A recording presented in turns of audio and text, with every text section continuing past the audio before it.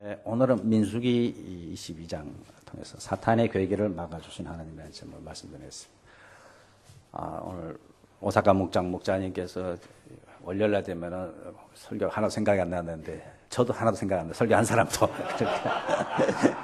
가끔 물으면은 목사님 하나도 생각 안 나 이러면 나도 할 말이 없어가지고 그게 머리가 나빠서 그럴 수도 있고 여러 가지 이유가 있겠습니다만은 임팩트가 없어서 그렇겠죠, 설교에. 그걸 돌려서 말씀하신 것 같은데,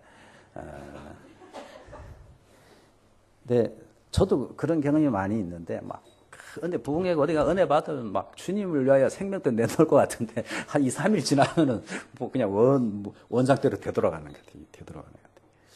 근데 그 순간에 은혜 받는 게 중요한 것 같아요. 그게 내가 모르는 사이에 콩나물이 물 주면은 밑에 다 빠지지만은 이게 자라는 것처럼 신앙도 그런 면이 많이 있는 것 같습니다. 그래서 그 순간에 은혜 받고 다 잊어버리더라도 뭔가 남아있다는 거예요. 그 영혼이 어떤 감동을 받는 순간에 영의 세계에서는 뭔가가 일어난다는 것을 우리가 믿지 아니하면은 문임사님 교회 다닐 수가 없죠. 월요일날 다 잊어버린다는데. 그 순간순간 하나님께서 나에게 무슨 말씀을 그때 은혜 받고 돌아가면 잊어버려도 돼요. 그때 영의 무슨 역사들이 일어나기 때문에 늘 사모하는 마음으로 자책하지 말았습니다. 저도 저를 자책 안 하기로 했어요. 설교자가 자기가 설교한 거 제목도 잊어버리고 그러는데 민수기 22장부터 25장까지는 좀 특별한 장인데 발람 선지자 한 사람에 관한 이야기가 무려 4장이나 나옵니다. 성경이 이렇게 중요한 성경이 창조 기사는 2장도 안 되는데 제대로 발람에 관한 이야기를 이렇게 길게 써놨어요. 이렇게 길게 이 발람 선지자 가짜 선지자 이야기가 나오는데 그래서 참 하나님께서 중요하니까 기록하게 하셨겠죠. 그죠? 영적으로 중요하니까. 지금까지 저희가 광야 생활을 쭉 살펴보고 있습니다. 민수기는 원래 성경은 광야에서라 그랬습니다. 민수기라는 오늘 우리가 보는 성경 제목은 다 라틴어 성경에서 이렇게 번역이 하는데 라틴어 성경은 주로 70인 번역. 옛날에 BC 2세기경에 알렉산더 대왕이 다 그 제국을 통일하고 나서 알렉산드리아에 큰 도서관을 만들고 많은 학자들을 모으고 전 세계의 책들을 다 수집하고 연구를 하게 했을 때 이 히브리 이스라엘 사람들에게는 희한한 책이 있다. 옛날부터 내려오는 이런 책이 없잖아요. 이 책이 이렇게 고스란히 보존되는 것은 생명을 걸고 이 말씀을 지키려고 했던 그런 서기관들, 율법학자들의 그러한 노력들이 있었기 때문에 그렇습니다. 그 사람들이 이거를 쓸 때는 옛날에는 붓으로 안 썼겠습니까? 그런 걸로 쓸 때에 무릎을 꿇고, 그죠? 목욕을 하고 옷을 갈아입고 이렇게 쓰고 굉장히 기도하면서 경건데 한자라도 안 틀리기 위해서 그렇게 써서 이것을 보존해 왔습니다. 그래서 알렉산더 대왕이 이것은 너무 좀 귀하다. 그래서 이거를 이 제공되어 있는 많은 사람들이 좀 읽었으면 좋겠다 해가지고 히브리어를 모르니까 헬라어로 다 번역을 했습니다. 70명의 학자를, 유명한 그 당시 학자들을 헬라어도 알고 히브리어도 아는 학자들을 모아가지고 히브리어 성경을 헬라어로 다 번역을 시킨 것입니다. 대단한 일이죠. 하나님의 은혜라고 생각하고 있습니다. 히브리어는 못 읽으니까 대부분의 사람들이. 그래서 헬라어로 다 번역을 했어요. 70인 학자가 동원돼서 만들었기 때문에 70인 역 이렇게 붙이고 있습니다. 그죠? 70인 역. 근데 그 70인 역에 성경 제목을 붙여야 되는데 어떻게 붙일까 하다가 학자들이 민수기는 백성을 세는 크게 전체를 인구조사하는 게 2번 나옵니다. 그래서 백성을 센다는 민수기, 영어로는 numbers, 숫자, 남바하고 S, numbers 이렇게 돼 있어요. 그러니까 숫자를 많이 세는 게 나온다 해가지고 그렇게 다뤘어요, 그 사람들이. 그랬더니 그 다음에 영어로 번역하는 책, 한국말로 번역하는 책이 다 그거를 흉내내가지고 붙인 거죠. 원래는 성경책에 이름이 없어요. 그리고 원래 성경책에는 장절이 없었어요. 그냥 쭉 연결되는 것입니다. 몇 장 몇 절 이런 것도 한 1000년 전에 누가 나눈 것입니다. 그것도 마차 타고 가다가 나눴대요. 마차 위에서. 그러니까 틀린 것도 많지. 그죠? 절대적 하나님이 몇 장 몇 자를 나눈 게 아닙니다. 그래서 설교할 때 어떤 곤란한 게 있어요. 더러 이게 위로 붙어야 되는데 앞장에 이 붙고, 이런 어색한 거 왜냐하면은, 여러분이 어색하게 생각하면 맞는 거예요, 그게. 마차 위에서 그 사람이 이거 나눴대요, 장과 절을 나눠가지고. 근데 원래 히브리 사람들은 민수기를 그냥 민수기라고 안 부르고, 히브리 사람들은 특별한 제목이 없고, 첫 번째 단어를 가지고 성경 제목을 했던 것입니다. 민수기는 광야에서 이렇게 시작되니까, 광야에서가 책 제목입니다. 그러니까 민수기는 광야에서 하나님께서 이스라엘 백성을 어떻게 이렇게 인도해 가셨는가 하는 그런 내용이기 때문에 광야에서라는 제목이 더 적합한 것 같습니다. 이스라엘 백성들이 이 광야 생활을 지금까지 살펴봤습니다만은 정말 어려웠습니다. 그죠? 시련의 연속이고 정말 어려운 환경입니다. 광야에서 40년간 산다는 것이 하나님이 물론 도와주시지만은 얼마나 어려웠겠습니까? 실제로. 사실 만나가 좋은 거라 그러지만 똑같은 거를 40년간 계속 먹는다는 것도 그것도 쉬운 일은 아니죠. 그죠? 쉬운 일은. 그 텐트 생활을 그렇게 하면서 자주 옮겨 다니고 제대로 씻을 때도 없고 참 어려움과 시련이 많을 것입니다. 날씨도 그렇고 아침 저녁 온도차도 심하고 여러 가지 시련과 어려움이 많았습니다. 불평을 할 수밖에 없는 환경이었습니다. 그래서 동반됐던 것이 늘 원망과 불평이 계속해서 나왔어요. 원망과 불평이 계속해서 나왔어요. 그렇지만 약속의 땅에 가기 위해서는 이 광야를 지나지 않으면 안 되는 것입니다. 약속의 땅을 가기 위해서는 반드시 통과를 해야 되는 것입니다. 그리고 원망, 불평 가운데 살았던 사람도 못 들어가지만 그것을 극복하고 믿음으로 이긴 갈렙과 여호수아만 나중에 들어가게 되는 것입니다. 이걸 통해서 오늘날 저희가 광야 같은 이 인생을 삽니다만 원망하고 불평하고 짜증날 수밖에 없어요. 그럼에도 불구하고 하나님의 말씀을 가지고 그것을 우리가 이겨나가는 것이 세상이 너무 편하고 살만하기 때문에 저희가 기뻐하고 감사하는 것이 아니고 세상은 정말 원망스럽고 불평, 짜증나는 일들로 가득 차 있습니다만 하나님의 약속의 말씀이 있기 때문에 여호수아와 갈렙처럼 그걸 붙잡고 소망 중에 저희가 이것을 이겨서 약속을 붙잡고 살아가는 것이 결국은 인생인 것입니다. 우리가 죽는 날까지는 그렇게 편안하려고 생각하면 안 됩니다. 편안한 것은 그렇게 바람직한 것이 아닌 것입니다. 광야 같은 인생을 보면 광야 같은 인생을 살아야죠, 저희가. 그 가운데서 그럼에도 불구하고 하나님의 약속의 말씀 붙잡고 믿음으로 극복하고 이렇게 나아가는 이런 모습을 하나님께서 원하십니다. 그래서 신명기 8장 1절 이하에 쭉 보시면은 너희들을 왜 광야를 걷게 하셨는가? 이유가 있다. 그것은 너희들로 하여금 겸손하게 하고 우리의 믿음을 하나님께서 시험하기 위해서 믿음을 시험해서 바른 믿음을 갖도록 하기 위해서 일부러 하나님께서 광야로 보냈다 그러는데 그게 싫다 그러면은 우리가 겸손해지겠습니까? 우리 믿음이 자라겠습니까? 기도할 것도 없는데 기도가 나옵니까? 내가 어려움에 빠지면은요, 기도하지 말라 그래도요, 적어도 기본적으로 예수 믿는 사람들은 울부짖습니다. 막 버티다가요, 결국은 막 교회에 나와서 엎드리고 철야하고 금식하고 그럽니다. 마지막에는 하나님께 울부짖습니다. 기도합니다. 근데 어려움이 없으면은 대부분 기도 잘하지 않습니다. 그렇죠? 또 교만도 꺾이지 않습니다. 이런 시련과 어려운 과정을 통해서 하나님께서 우리의 교만을 꺾으시고 하나님을 의지하게 만드시고 우리의 믿음이 실력이 어느 정도인가를 시련을 통해서 분명히 드러납니다. 여러분들 잘 보세요. 자기 자신을. 어려움 때 내가 어떻게 반응하는가를 잘 보세요. 그게 내 실력입니다. 내 실력입니다. 그러니까 대학교 붙을 때 감사한 거 많은 거 하고 떨어졌을 때 어떻게 반응하는가 더 중요합니다. 떨어졌을 때 그 사람 그게 실력입니다. 붙었을 때는요 믿음이 있으나 없으나 기분 좋으니까 예수를 안 믿어도 한턱 냅니다. 우리가 헌금하는 것보다 더 많은 돈을 씁니다. 주변 사람들에게 신앙이 없어도 붙으면은.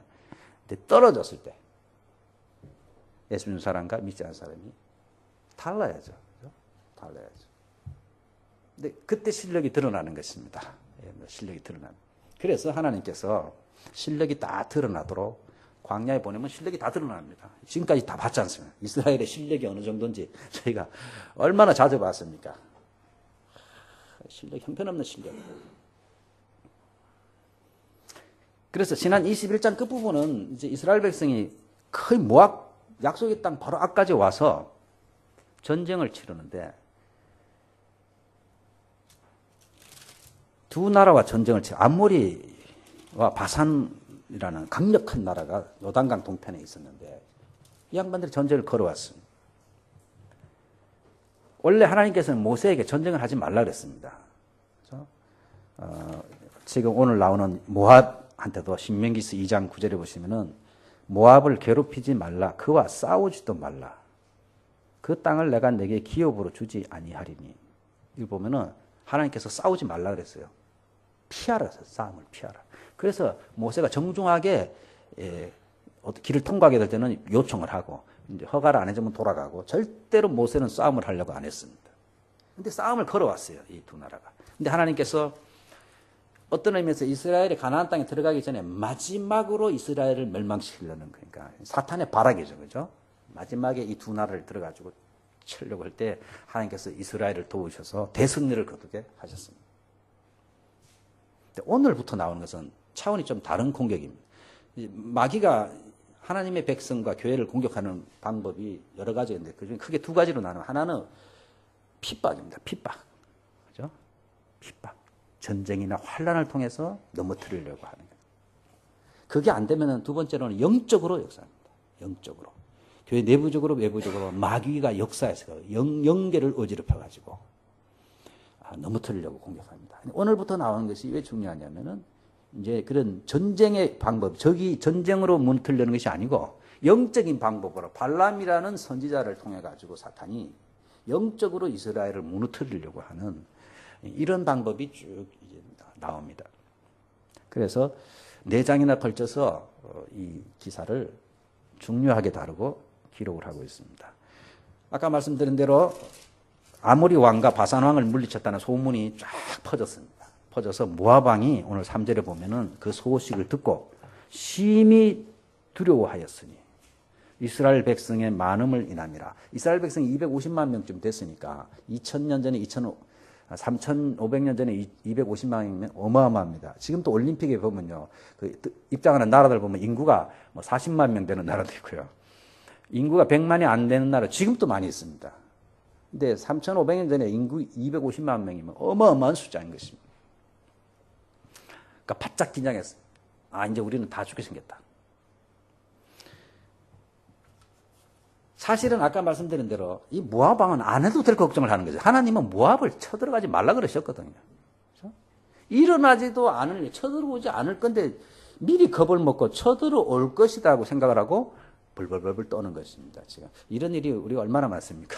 그렇죠? 그래서 요즘 그 치료하는 그런 기관에 보면 그런 프로그램이 많이 있는데요. 과거에 너무 그렇게 얽매이지 않고 미래에 너무 그렇게 미래의 것을 걱정하지 않고 현재를 살아가는 법 해가지고 그런 프로그램들이 많아요. 그걸 통해서 사람들이 많이 이렇게 안정을 얻고 쓸데없는 걱정을 안 하게 됐다고 그런 이야기를 많이 들었는데 일어나지도 않을 일들을 이 모압 왕이 지금 붙잡고 하나님은 분명히 쳐들어가지 말라 그랬으니까 안 들어가거든요. 그런데 쳐들어올 것이다. 이렇게 스스로 결론을 내리고 벌벌벌벌 떨면서 있습니다. 성경에 보면 하나님의 백성이 나아갈 때 하나님께서 주변 나라들에게 두려움을 주는 경우가 여기저기 많이 써 있습니다. 모세가 홍해를 건너고 나서 출애굽기 15장 13절 이하에 보시면은 홍해를 건너고 나서 하나님의 그 역사를 찬양했습니다. 노래로 만들었습니다. 그 노래 중에 모세가 이렇게 노래합니다. 여러 나라가 듣고 떨며 블레셋 주민이 두려움에 잡히며 에돔 두령들이 놀라고 이것은 아직 들어가지 않은 나라죠. 그죠? 저 멀리 있는 나라에 놀라고 모압 영웅이 떨림에 잡히며 가나안 주민이 다 낙담하나이다. 놀람과 두려움이 그들에게 임하네. 놀람과 두려움이 그들에게 임했어요. 나중에 여리고성을 들어갈 때도 라합이 그러지 않습니까? 우리가 그 소식을 듣고 간담이 다 녹았다고. 다 녹았다고. 구약에 여호사밧이라는 유다 왕이 있는데 여호사밧 왕 때 이 여호사밧 왕이 참 하나님 앞에 바로 서려고 애를 썼습니다. 그래서 백성들을 보니까 하나님의 말씀을 너무 모르니까 율법책을 가지고 전국에서 가르치기 시작했습니다. 그래서 역대하 17장 9절 이하에 보시면은 여호와의 율법책을 가지고 유다에서 가르치되 그 모든 유다 성읍들로 두루다니며 백성들을 가르쳤더라. 여호와께서 유다 사방의 모든 나라에 두려움을 주사 여호사밧과 싸우지 못하게 하시네. 보면 여호사밧 왕은 군사력을 기른 건 아닙니다. 하나님의 말씀을 열심히 가르쳤습니다. 그랬더니 주변 나라 사람들이 겁을 집어먹고 감히 유대를 쳐들어올 생각을 못했다는 것입니다. 유다 여호사밧이 한 것은 말씀을 가르친 것밖에 없어요. 군사력을 키운 것이 아니고. 근데 하나님께서 주변 나라에게 두려움을 주니까 쳐들어올 생각을 못하는 것입니다. 이걸 보면요, 이 사람의 마음을 하나님께서 다스리는 것을 볼 수 있습니다. 잠언 16장 7절에도 사람의 행위가 여호와를 기쁘게 하면 그 사람의 원수라도 그와 더불어 화목하게 하시느니라. 즉 원수랑 사이좋게 하려고 안 해도 우리가 하나님과의 관계를 바르게 하고 하나님이 기뻐하시는 일들을 많이 하면은 원수라도 하나님이 사이좋게 이렇게 마음을 하나님께서 움직여 주신다. 아무래도 그렇겠죠. 그죠? 하나님과의 관계가 바르면은 우리의 마음이 사랑으로 가득 찰 것이 아니겠습니까? 그죠? 하나님과의 관계가 바르다는 것이 꼭 뭐 주일날 교회 잘 가고 헌금 잘하고 그것이 아니지 않습니까? 하나님과의 관계가 바르면은 사랑의 관계가 되지 않겠습니까? 하나님의 그 사랑으로 그냥 감동이 넘칠 거 아니겠습니까? 감동이 넘칠 게 아니겠습니까? 그런 수준이 되면 하나님께서 적들도 나를 미워하는 원수들의 마음도 움직여 주신다. 사이좋게. 이렇게 보면 상반이 사이좋게 되려고 노력하는 것보다 내가 하나님 앞에 바로 서려고 바른 관계를 가지려고 노력하는 것이 중요하다. 그러면 하나님께서 주변 사람들 마음도 움직이고 주변 나라들까지 움직인다. 주변 나라. 이 한국과 일본 관계가 별로 안 좋습니다만 두 나라를 어떻게 해보려고 하는 것보다 우리가 하나님의 뜻을 받들고 이 땅에 복음을 전하려고 이렇게 애를 쓰고 하면은 하나님께서 하나님의 방법으로 바꿔주실 것입니다. 저희 누나가 할렐루야 교회를 다니는데 거기에 일본어 예배부가 있습니다. 그곳에 몇 년 전에 새로운 여자 목사님이 일본 목사님 오셔서 설교를 했는데 그분이 와서 큰 실수를 했어요. 한일 관계가 독도 문제로 굉장히 안 좋을 때 이분이 뭐라고 말했냐면 차라리 저 독도를 없애버리면 좋겠다 이런 말을 한 거예요. 설교 시간에. 뭐 한국 사람이 가만히 있습니까? 듣고. 그렇죠? 한국 사람이 듣고 가만히 있겠습니까? 그래서 굉장히 그 교회에서 어려움을 겪었어요. 한국 사람이 그런 말 하면 좀 덜한데 일본 사람이 그런 말을 해버렸으니까. 우리나라 사람은 우리나라 땅인데 저런 말을 하냐. 그래서 홋카이도 박영기 목사님 거기 동네 경찰이 와가지고 목사님은 독도 문제를 어떻게 생각하십니까? 이렇게 묻더랍니다. 그래서 박 목사님이 독도는 하나님이 지었었습니다. 저는 하나님의 뜻대로 쓰임받기를 원합니다. 그렇게 말했더니 그랬더니 역시 목사님 다음 답변이네요. 그러더라고요. 하나님께서 지으셨으니까 하나님의 뜻에 맞게끔 그 독도가 쓰임받기를 원합니다. 우리 하여튼 말을 조심해야 될 것 같아요. 그렇죠? 말을 지혜롭게 해야 될 것 같습니다. 관계에 있어서는 하나님께서 움직이십니다. 그렇죠? 하나님 두려움도 주시고, 그렇죠? 용서하는 마음도 주시고, 우리가 하려고 해서 되는 일은 아닌 것 같습니다. 그래서 이 모압 왕이 지금 두려움이 가득 차서 모압의 인구로는 도저히 이길 가능성이 없는 것입니다. 그래서 이 사람이 생각한 것이 영적인 방법으로 이스라엘을 물리쳐야 되겠다. 이렇게 생각한 것입니다. 그러니까 조금 마음을 넓게 먹어서 사신이라도 모세에게 보냈으면 이런 것도 안 해도 되잖아요. 쳐들어올 생각도 없는 나라인데. 질에 겁을 먹고서 이 짓을 하는 것입니다. 그 방법이 영적으로 저주를 해야 되겠다. 그 당시에 유명한 그 지역 북부에 거기서 한 500km 위쪽 지방에 아람 지역에 누가 살고 있었냐면 발람이라는 선지자가 살고 있었습니다. 이 사람은 아주 능력이 있었던 것 같습니다. 이 사람이 참 하나님의 선지자인지 거짓 선지자인지는 아직까지 의견이 많이 나눠져 있습니다. 어떤 사람 오리겐이라든 초대 교회의 교부들은 원래는 착한 선지자였는데 나중에 이 돈 때문에 욕심이 나가지고 눈이 어두워진 타락된 선지자다. 원래는 좋은 선지자다. 이렇게 평가하고 어거스틴 같은 또 이런 사람들은 아니다. 처음부터 이 사람은 아주 혼합주의적인 하나님도 섬기고 다른 신도 섬기는 처음부터 잘못된 선지자였다. 이렇게 평가하고 있습니다. 근데 민수기에서는 이 사람이 원래 착한 선지자도 아니다. 그런 말이 없어요. 다만 결국은 미혹됐는데 신약 성경에 보면은 결국은 이 사람은 욕심을 빠져가지고 잘못된 길로 간 자라고 여러 군데서 성경에서는 기록을 하고 있습니다. 결국은 나중에 이 사람은 여호수아에 의해서 죽습니다. 가나안 땅에 들어가서 거짓 선지자가 나중에 이스라엘을 타락의 길로 빠뜨리기 때문에 결국은 죽습니다만 초기 단계에 과연 올바른 하나님의 선지자였는지 잘못된 선지자인지는 의견이 분분합니다. 아무튼 이 사람이 유명한데 1967년도에 그 지역에서 이 사람이 활동했던 그 지역에서 유적 고고학 그 발굴 작업을 하는데 이 사람에 관계된 석판이 발견이 돼요. 석고판에 부올의 아들 발람의 꿈에 관한 글 해가지고 그 조각에 딱 12조각을 맞춰서 보니까 이 사람의 이름이 성경 그대로 나오는 거예요. 거기서. 이 사람이 그 당시에 아주 유명한 점쟁이였다. 점쟁이. 그래서 이 사람이 본 꿈에 대해서 꿈 내용이 거기에 쭉 나오는데 거기도 나오는 단어들이 성경에 나오는 단어들 겹치는 것들이 굉장히 많이 있어요. 이 사람은 역사적으로 실제로 존재했던 사람입니다, 여러분들. 그러니까 성경 이야기는 그냥 지어낸 이야기 아니고 실제로 있었던 이야기고 과학이나 고고학이 발달되면은 성경이 이것이 누가 그냥 우리의 신앙을 키우기 위해서 문학적으로 만든 작품이 아니고 성경은 사실대로 있었던 이야기들을 다 기록한 책이라는 것을 더 확실히 밝혀질 것입니다. 이 발람 선지자가 당시에는 유명했던 것 같습니다. 이 사람이 예언을 하면 그대로 이루어지는 것입니다. 오늘날 또 여러분들 그런 사람들 우습게 보면 안 됩니다. 그 무당들이 막 그 작두에 올라가고 하는 거 그거 진짜로 그러지 않습니까? 영을 받아서. 무당 신 내리는 거 이런 거 보세요. 요즘은요, 이 카메라 같은 게 발달돼가지고 다 찍어가지고 사람들이 유튜브에 다 올려놔요. 그런 거 한번 보세요. 영의 세계가 있단 말이죠, 분명히. 분명히 있거든요. 교회에서요, 이게 교회만 오면 잠자는 사람들요, 거의 귀신의 역사래요. 그래 그거 쫓아내는 걸 봐서 그런 사람 청년을 불러가지고 목사님이 하니까 나가는 귀신. 교회에서 꾸벅꾸벅 그냥 가끔 피곤해 조는 건 아니에요. 그러나 교회만 오면 조는 사람 있잖아요. 그 악령의 역사, 악령의 역사. 그건 악령의 역사입니다. 여기 기도 받아야 돼요. 기도 받고 쫓아내야 돼요. 그 악령의 세계의 역사가 있다는 거예요. 그래서 그런 막 예언하고 저주하고 이런 것들이 막 그대로 되는 경우도 있고 막 그런 것입니다. 그리고 그런데 자꾸 가면 여기 영의 영향을 받는 거죠. 그러니까 아이들은 그런데 자꾸 안 들어가는 게 좋아요. 이상한 절이라든지 점쟁이라든지 이런데 안 가는 게 좋아요. 영향 받습니다. 영향 받습니다.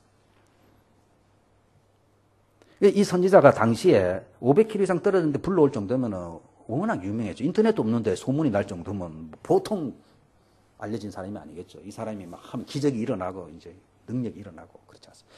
애굽에 또 모세가 기적을 일으킬 때 애굽의 술사들도 막 강물을 피로 바꾸고 뱀을 지팡이로 던져서 뱀으로 만들고 그런 게 성경에 있었다 그랬잖아요. 그게 실제로 가능한 것입니다, 여러분들. 실제로 가능한. 오늘날도 그런 게 비슷한 일을 하는 사람도 있습니다. 오늘날도 비슷한 거 하는 게 있습니다. 이따가 나중에 한번 보여드리겠습니다. 그러니까 이 사람을 불러다가 이스라엘을 저주하면은 아마 그대로 될 것이다. 이 사람이 복을 주면 복이 임하고 저주를 하면 저주한다는 확신이 이 발락에게 있었어요. 그래서 사람을 보내가지고 오라고 부릅니다. 그래서 모압 장로들, 미디안 장로들이 아마 복술의 예물을 가져가서 부탁했더니 발람이 여호와께서 내게 이르시는 대로 너희에게 대답하리라 하고 참 그렇다죠, 그죠? 여호와께서 오늘 밤 어떻게 말씀하시는지 하고 하룻밤을 잤더니 하나님께서 12절에 보시면 중요한 말씀하십니다. 세 가지를 말씀하세요. 근데 나중에 발람이 이 세 가지를 다 말을 안 해요. 잘 보세요. 제일 먼저 그들과 함께 가지 말라. 분명히 확실히 말했어요. 그들과 함께 가지 말라 그래서 하나님께서는. 두 번째, 그 백성을 저주하지 말라. 두 번째. 세 번째는 뭡니까? 그들은 복을 받은 자니라. 대단하죠. 그렇게 못되게 말 안 듣는 백성인데 하나님께서 그들은 복을 받아. 진짜 복을 받았죠. 그렇게 못됨에도 불구하고 용서받으니까 그거야말로 복이죠. 그죠? 무슨 물질을 많이 받아 복이 아니고 멸망받아야 될 이런 불신앙을 갖고 있는 사람들이 하나님의 용서를 받고 하나님의 자녀가 된다는 것이 복 중에 복이에요. 복을 받은 자다 그들은. 여러분들 마찬가지입니다. 여러분들은 복을 받은 자들입니다. 복을 받은. 복 받은 사람들이 헛된 복 받은 사람들 보고서 가짜 복 보고서 입 벌레 가지고 부러워하고 그러면 하나님께서 얼마나 속상하겠습니까? 진짜 복은 복인 줄 모르고 가짜 복 보고서 그냥 입 벌려가지고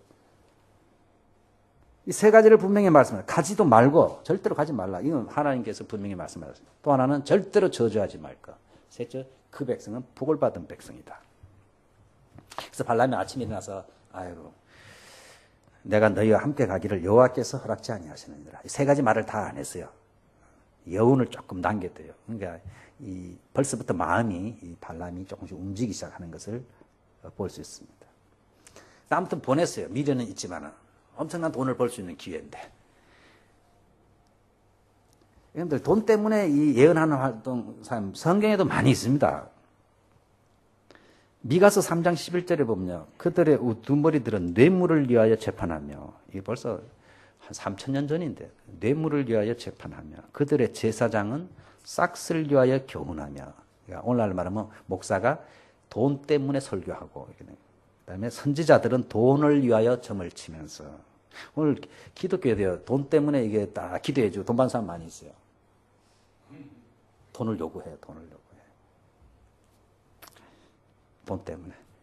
그래서 우리 교회는 그런 사람이 잘 없습니다만, 이 신방을 이렇게 가면 한국 교회는요, 성도들이 신방 왔다고 헌금하고, 또 목사님 또 여비를 따로 줘. 책 사보세요. 기분은 나쁘지는 않아요, 그게. 좋죠. 근데 일본 오니까 우리 교회는 없어, 그런 게. 근데 좋으면서도 바람직한 건 아니에요, 그게. 사실은. 자칫 잘못하면 목사를 타락시킵니다.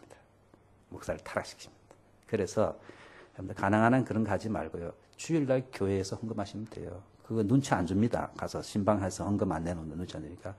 신방하면 헌금하고 싶으면 주일날 교회하고 목사에게는 안 주는 게 좋아요, 사실은. 그게 사람이라는 게 이상해요. 한 번 받으면요, 다음에는 안 주나 기대하게 되고. 저 사람은 좋은데 저 사람 안 주면 또 조금 실망하게 되고. 사람이 그렇게 되는 것입니다. 그렇기 때문에 아예 그냥 안 주는 게 좋아요. 그리고 하나님께 드리면 돼요. 목사는 사례를 받잖아요, 교회에서. 사례를 받으니까 필요한 게 있으면 선물로 책을 사주든지 직접 그렇게 하시고, 봉투로 이렇게 주는 것은 뭔가 이 무당집에 가서 뭐하고 나서 주는 그런 느낌이 많이 받고, 은연중에 서로 간에 그런 마음이 있는 거예요, 조금씩 있어서.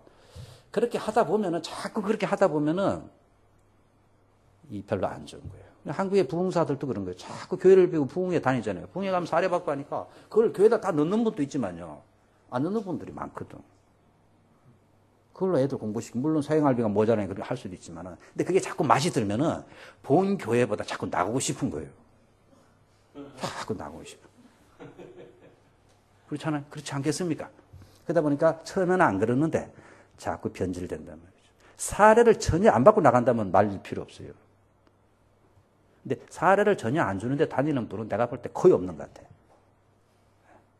교회를 비우면서까지 그렇게 다니는 분은 거의 없는 것 같아요. 그래서 성도들도 정말 정신을 바짝 차려서 그것이 목회자를 돕는 길이다. 옛날부터 이런 게 있어 왔다. 그래, 삭 때문에 결국은 돈 때문에 설교하고, 돈 때문에 뭐 하고 자꾸 이렇게 된다는 것입니다.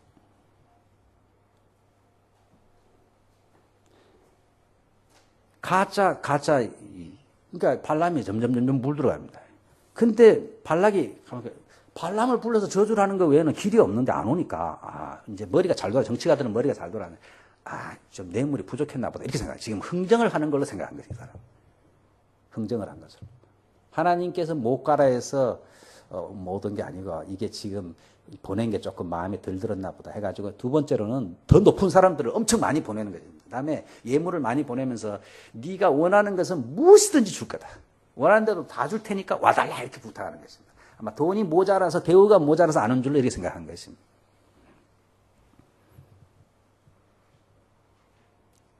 그랬더니 뭐라 그럽니까? 처음에 그럴듯하게 18절에 내가 능히 여호와 내 하나님의 말씀을 어기어 덜하거나 더하지 못하겠노라. 그 다음부터 재밌어요. 19절 보시면은, 그런즉 이제 너희도 이 밤에 여기서 유하라. 그냥 돌려보내지. 여기 유하라. 여호와께서 내게 무슨 말씀을 더 하실는지 알아보라. 이 말이 중요합니다. 무슨 말씀을 더 하실는지 알아. 하나님께서는 아까 세 가지 분명히 말씀하셨어요. 가지 말라. 저주하지 말라. 그 민족은 복된 민족이다. 분명히 더 할 말씀이 없으세요. 그리고 발람이 하나님의 분명한 뜻을 분명히 알았어요. 이스라엘은 저주해서는 안 된다는 걸 분명히 알았어요. 근데 지금 뭐라고 말합니까? 엄청난 예물을 보고 하나님도 좀 겁이 나니까, 혹시 하나님께서 무슨 말씀을 더 하실는지 조금 더 오늘 밤에 알아보자 하면서 여운을 이렇게 좀 여유를 좀, 갈 수도 있을지도 모르겠다는 여운을 딱 놓습니다. 사람 마음이 다 비슷한 것 같습니다. 그죠? 사람 마음이 다 비슷한 것 같습니다. 그날 밤에 하나님께서 뭐라고 말씀하십니까? 20절에 놀라운 말씀하십니다. 하나님께서 발람에게 너를 부르러 왔거든 일어나 함께 가라. 가지 말라고 분명히 말씀하셨는데 하나님께서 가라 하시는 거예요. 너무나 놀라운 말. 그럼 하나님 또 이렇게 자꾸 바뀌는 분인가? 하나님은 바뀌지 않는 분이라고 말씀하셨는데 분명히 얼마 전에 가지 말라고 분명히 말씀하셨는데 이번에는 가라 그러는 거예요. 일어나서 함께 가라.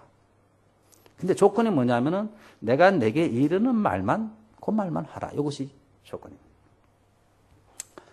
하나님이 정말 가라고 원하셨을까요? 그 답이 그 밑에 이제 나옵니다. 그 밑에 나오는 재미난 이야기가 나귀와 발람의 이 관계가요. 답을 주는 것입니다. 여러분들 이게 단순한 나귀와 발람의 이야기 아닙니다.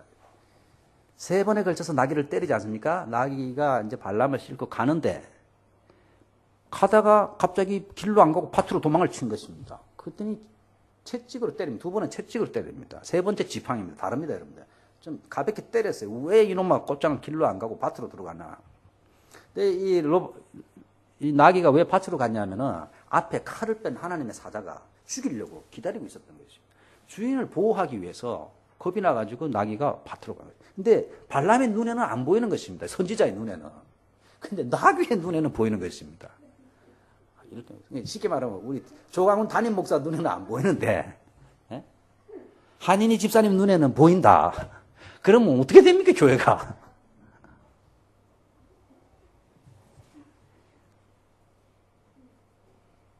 그 두 번째로는 이 나귀가 포도원 사이 좁은 길에 들어가는데 좁은 길로 들어가니까 앞에 칼을 또 들고 나타나니까 비키려고 하다 보니까 좁으니까 포도원 그 돌벽에 당한 것입니다. 거기다가 밀어붙이니까 이 발람 선지자가 막 몸이 거기 벽에 부딪혀가지고 긁히는 것입니다. 그러니까 이놈이 미쳤냐고서 또 채찍을 때리는 것입니다. 미친 게 아니고 자기를 보호하려고 하는데 안 보이니까. 영안이 어두우면 이렇게 무서운 것입니다, 여러분들. 영적으로 볼 줄 모르면은 자기 살리는 길이 자기 죽이는 걸로 이렇게 생각합니다. 근데 3번째는 이제 더 피할 길도 없는 막다른 좁은 골목에 바로 앞에 하나님의 사자 칼을 빼들고 치라니까 뭐 더 이상 피할 데도 없으니까 나귀가 할 수 있는 것은 주저앉은 것입니다. 앞발을 팍 엎드린 것입니다. 그랬더니 이제 화가 머리 끝까지 난 것입니다. 이 발람이 이놈이 미쳤냐면서 이번에는 채찍이 아니고 뭡니까? 지팡이로 때렸다 그랬죠. 27절에 보면은 발람이 노하여 지팡이로 나귀를 때렸습니다.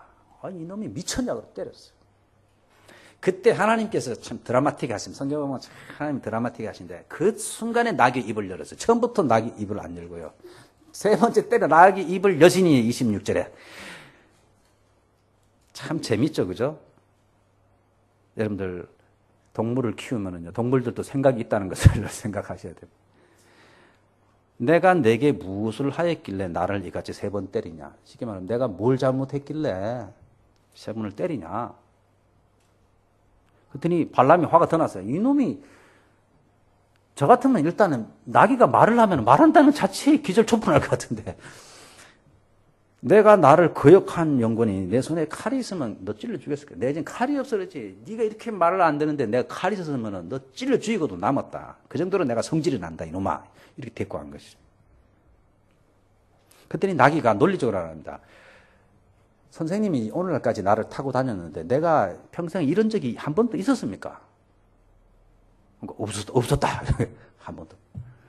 그러면 안 하던 짓을 하면은 그죠? 생각을 해봐요. 여러분들 안 하던 일이 일어났다면요. 심각하게 생각하셔야 됩니다. 그죠? 안 하던 짓을 한단 말이죠. 안 하던 짓을 지금. 자녀들 중에도 안 하던 짓을 하면 생각해 봐야 돼요. 그 한국 방송국에서 한 건데요. 그 어떤 아가씨가 멀쩡했는데 얼굴도 이쁘고 멀쩡했는데 어느 날부터 자꾸 자살을 하려고.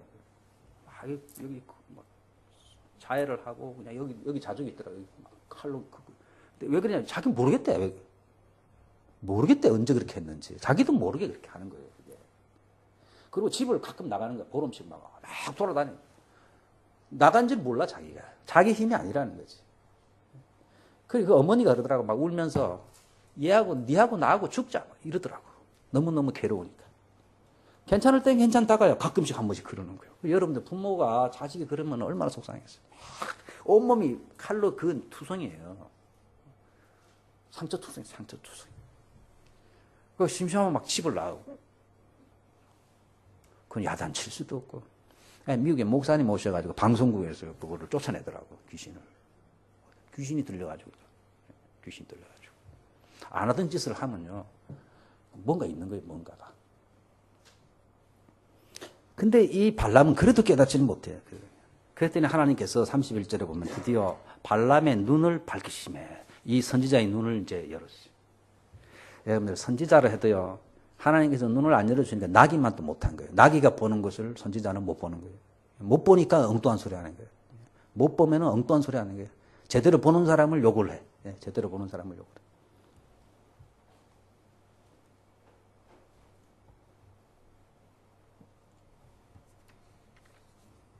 시편 119편 18절에 유명한 기도가 아니습니까?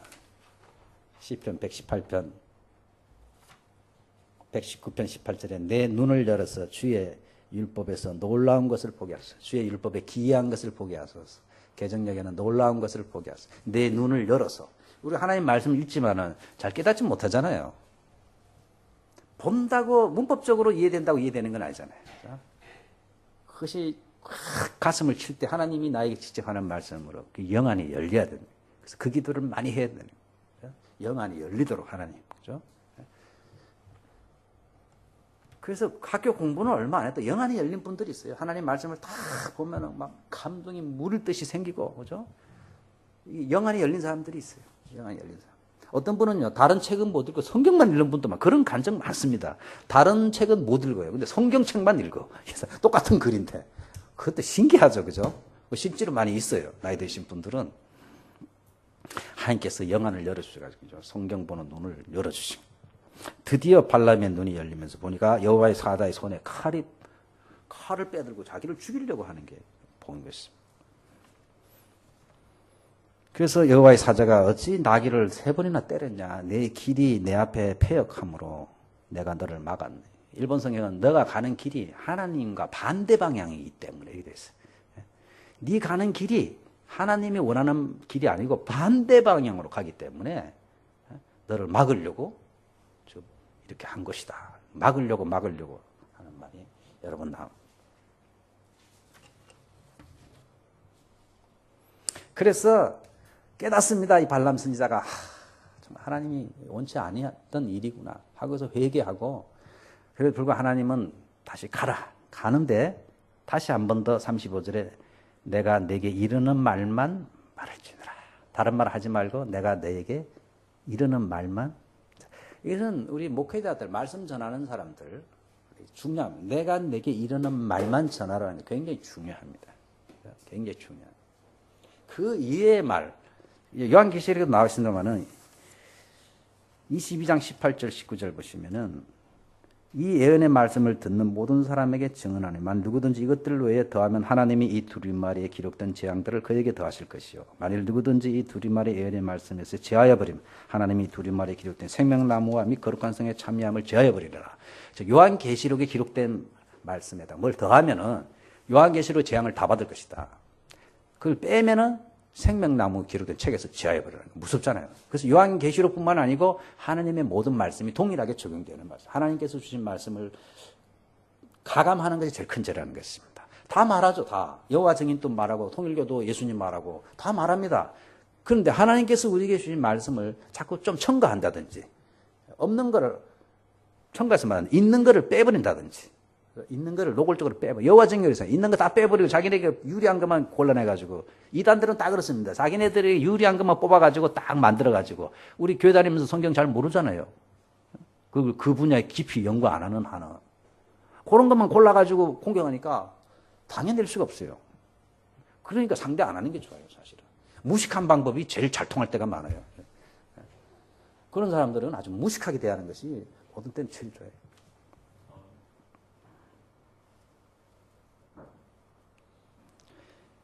하나님이 내 입에 주시는 말씀. 근데 우리가 유혹을 받습니다. 하다 보면은요, 자꾸 이렇게 더 멋지게 하기 위해서 첨가를 자꾸 하게 되고, 이 목사님들이 실수를 참 많이 해요. 제가 이번에 들은 이야기인데, 모나미 볼펜, 저도 그 설교하고 회개했어요, 이제. 모나미 볼펜에 153이라고 써 있잖아요. 그거를 이제 이 주석 책에 보면은 학자들 어떤 거냐, 모나미 회사 사장이 너무너무 어려워가지고, 참 기도하는데, 요한복음 그 21장에, 예수님 부활하고 난데 제자들이 쉬려해서 갈릴리 바다에서 고기를 잡는데 한 마리도 못 잡았다 이거죠. 그래서 예수님께서 배 오른편에 던져라 했더니 153마리가 잡혔다. 그래서 그 사장이 그 말씀을 통해서 은혜 받고 153, 모나미 153이 써 있잖아요. 그걸 써서 팔았더니 불티나게 팔려가지고 모나미가 대성공했다. 그렇게 다 저도 설계했어요. 근데 이번에 들으니까 그 모나미 회사 사장이 나와가지고 나는 교회도 안 다니고 그 왜 그렇게 소문이 그렇게 나는지 모르겠다고 발표했대요, 텔레비에서. 그래서 목사님들 정말 조심해야 되겠다.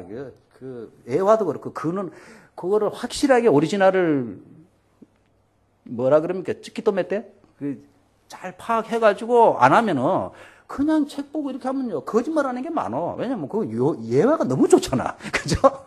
그 예화가 얼마나 좋습니까? 그 사장이 망했는데 그 성경을 보고 153마리 잡았다는 것도 그 모나미 볼펜에다가 153이라고 썼더니 모나미 회사가 대성공했다고. 얼마나 좋습니까?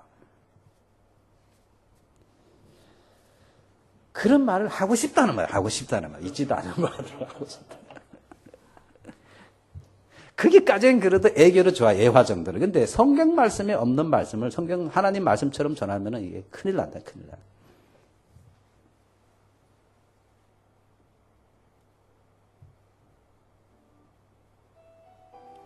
강류를 계속 흘리신 자리에 피눈물을 보입니까? 이게 나주에 성당에 있는 성모상에서 피가 나오는 거죠. 이게 진짜 피입니다. 과학적으로 다 지금 텔레비로 계속 찍고 있어요. 이게 가짜가 아닙니다. 여기서 그냥 나오니까 전 세계 사람이 모이는 것입니다, 지금. 잘 읽어보세요. 성모님께서 피눈물을 흘리시고 손에서 피가 나와요.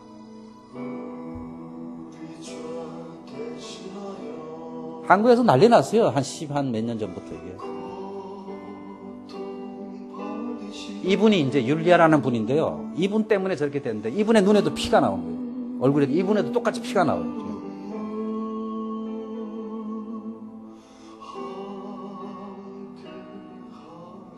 피눈물을 흘리신 거로 닦으신 거.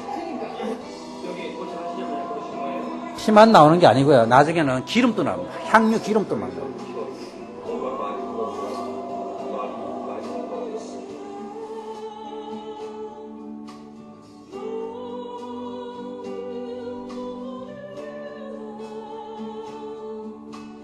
이 앞에는 눈물 흘리고 난립니다. 이 성모가 마지막 시대에 타락한 세상을 보고서 가슴이 아파서 그런데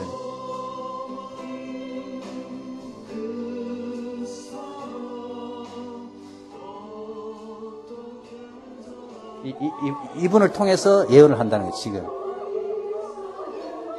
울고 난리 났어요.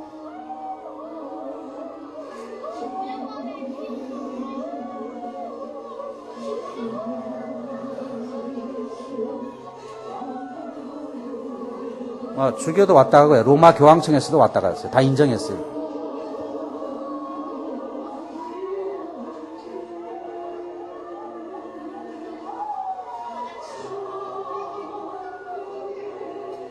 그래서 가짜가 아닌가 해서 한국 텔레비전에서 와서 다 찍고 저 조사를 하고 다 했는데 가짜가 아닌 거예요. 실제로 이렇게 되는 거예요, 지금.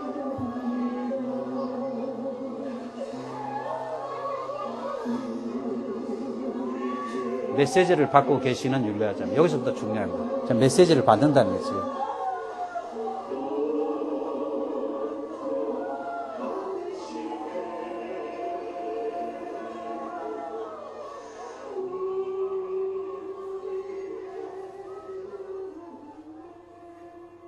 나중에 저분 얼굴에도 이렇게 피가 나와요. 여기서 피가, 저분 얼굴에도 똑같이 피가 나고, 온몸에서 피가 나고.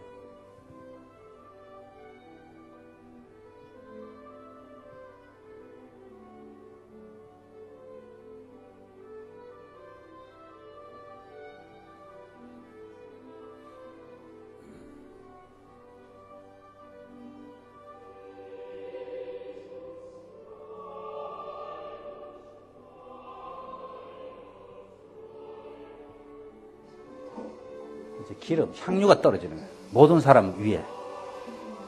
십자가. 이런 거 보면 뻥 갑니다, 사람들이 다. 완전 황금빛이네요. 여기 잘 읽어보세요, 이제부터. 이게 내 어머니를 통하여. 아무 얘기 솔직히 하요 이게. 하나님의 노여움을 다른 데로 돌릴 수 있다는 것을 늘 기억하고, 눈물과 피눈물과 향유로서 현정과 사랑과 우정을 직접 보여주시며 호소하신 사랑의 메시지 말씀에 아멘으로 응답하여 온전한 믿음과 신뢰를 가지고 내 어머니가 마련한, 여기서 중요한 내 어머니가 마련하신 마리아의 구원 방주에 길 잃어 헤매는 양떼들을 모두 태우고, 내 어머니 마리아가 마련한 구원의 방주를 타고 이렇게 나갑니다. 그죠? 이 성경에 있습니까? 이런 말씀이?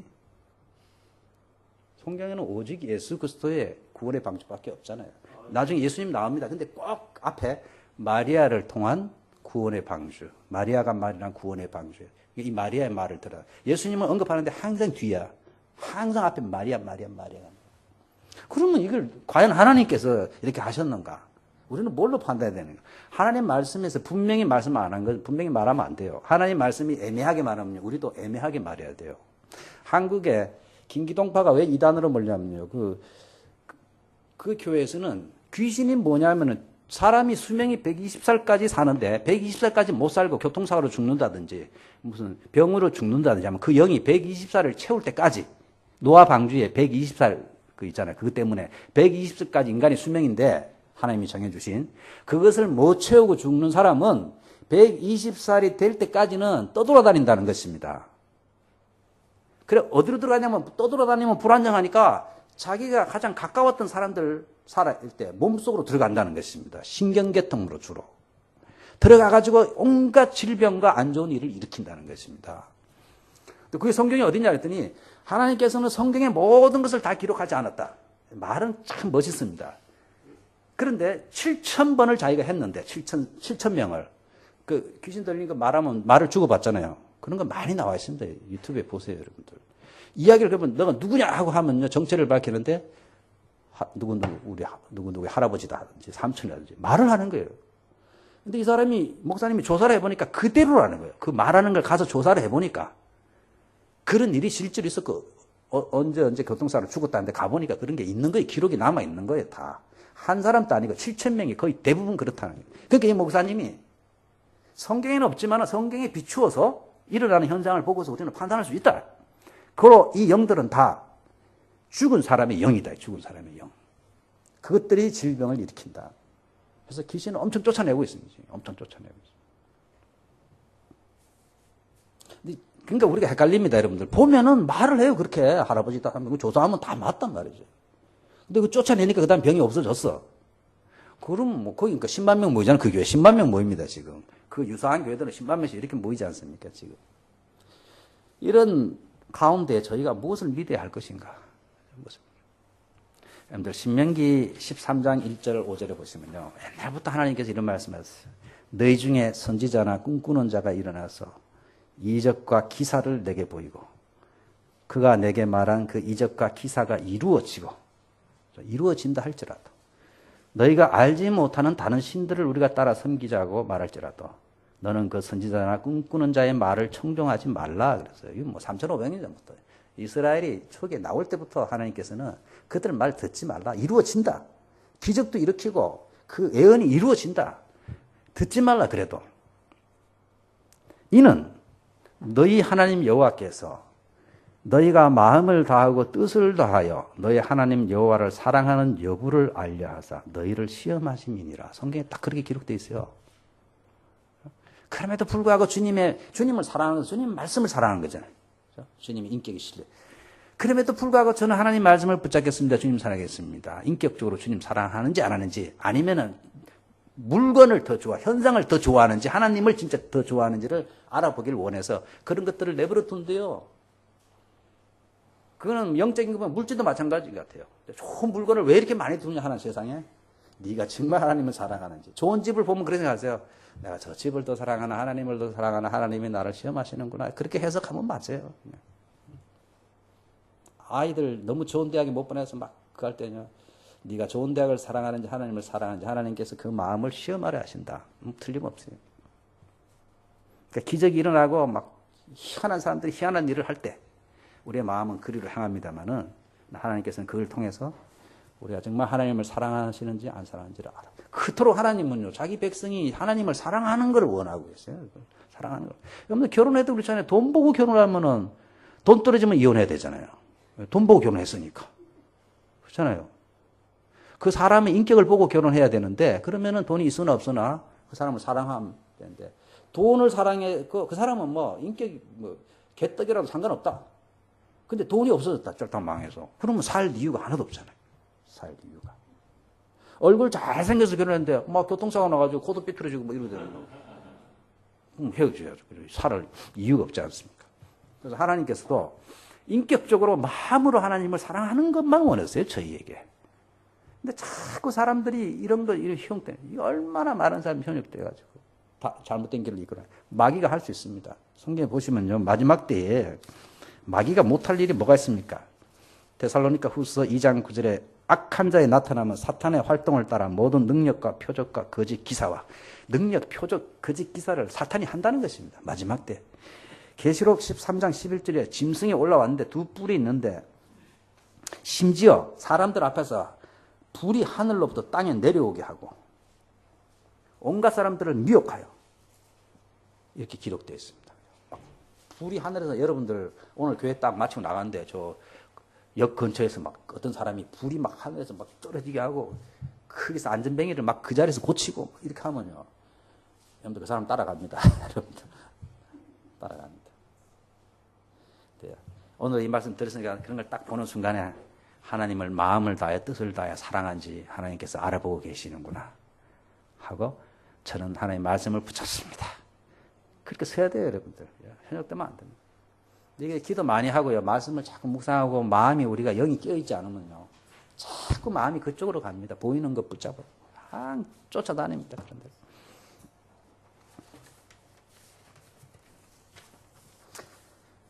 그래서 오늘 발람 예언자에게 내가 너에게 말하는 것만 전해야지 거기 더하고 빼고 하면 절대 안 된다. 그것이 가장 중요하다고 보냈습니다. 근데 오늘 마지막으로 한 가지 기억이 들겠어요. 왜 하나님께서는 가지 말라 하셨다가 또 가라 하셨다. 그리고 이 나귀를 등장시켜가지고 너무나도 이 애들 이야기 같은 이런 사건을 왜 이렇게 썼는가?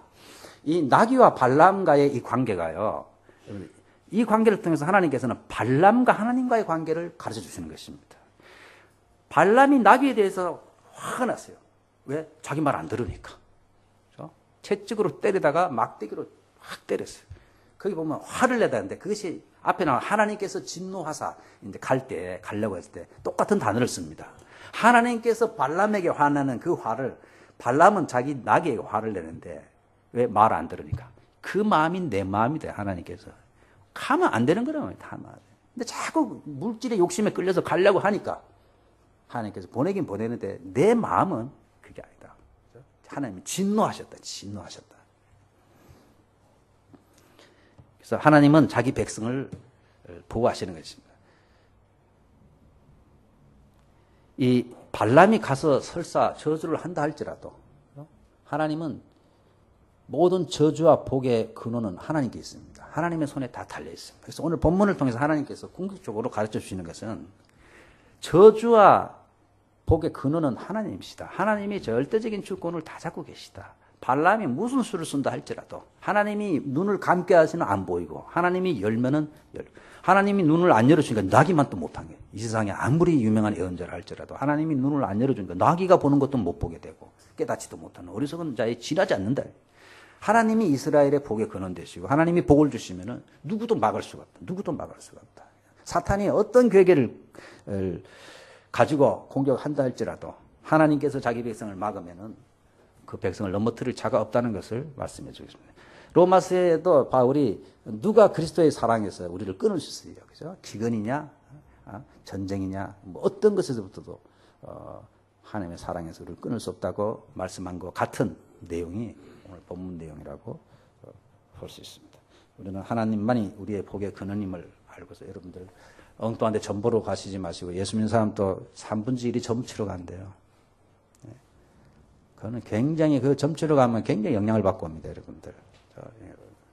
하나님이 가장 싫어하는 것들입니다. 그런 사람은 쳐죽이라고 그랬으니까 성경에. 어떤 기적이 난다 할지라도요. 하나님의 말씀과 맞지 아니하면요. 하나님의 말씀에서 말씀 아는 걸 가지고 그런 게 일으키면 있을 수 있다. 그거는. 있을 수 있다. 그러나 그것은 하나님이 기뻐하시는 것이 아니다. 그래서 멀리 하셔야 됩니다. 멀리 하시고 말씀을 붙잡고 하나님만이 우리의 참된 복의 근원이라 진짜 복은 하나님이 주신다는 것을 여러분들 붙잡고 승리하시길 바라겠습니다. 기도하겠습니다. 살아계신 하나님 아버지 은혜를 감사합니다. 우리를 유혹하고 영적으로 우리를 넘어뜨리려 하는 악한 영들이 세력이 있다는 것을 저희가 깨닫게 해주시고 우리의 눈을 열어서 영의 세계를 바로 볼 수 있도록 주여 도와주옵소서. 이스라엘 백성을 마귀의 계계로부터 지켜주신 주님이시 에덴 교회에 속한 모든 성도들을 모든 마귀의 권세로부터 지켜주시고 주의 말씀 붙잡고 십자가 붙잡고 승리하는 자들이 다 될 수 있도록 주여 축복하여 주옵소서. 복의 근원 되신 주께서 주의 백성을 축복하여 주옵소서.